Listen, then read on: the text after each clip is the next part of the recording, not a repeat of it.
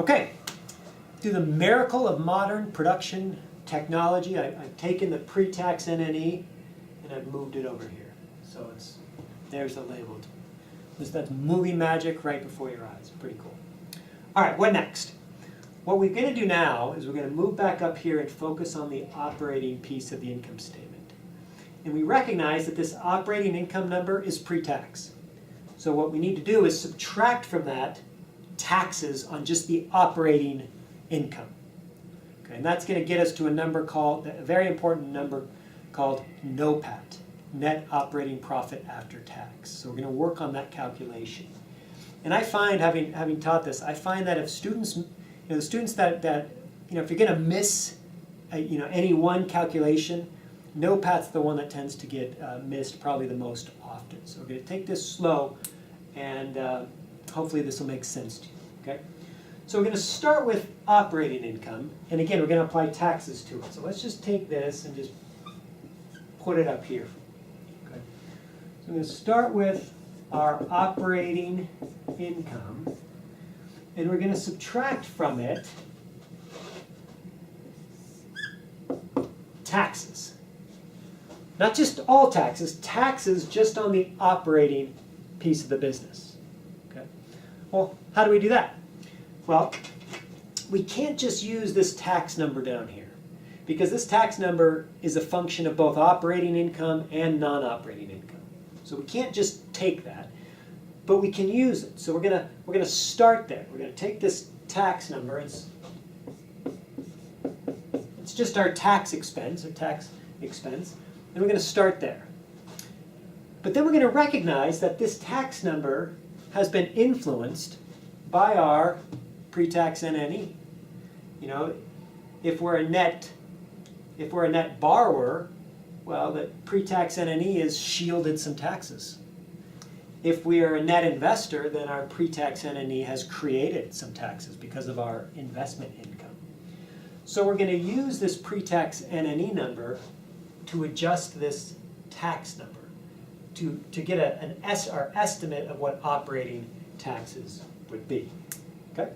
So we take these taxes. Now what we're going to do is add to it something here in brackets, which is our pre-tax NNE number. Pre-tax NNE. Okay, there's a pre-tax NNE.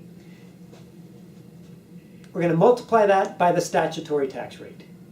Okay, and that's going to be our estimate of how much pre-tax NNE influenced the taxes. Okay, so we're going to multiply this by our statutory tax rate, which is represented just by T.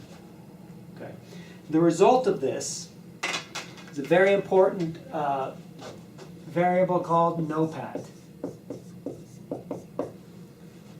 It's the net operating profit after tax. It's just operating income subtracting out our estimate of their operating taxes. Okay. Now, there's something very interesting I want to point out here.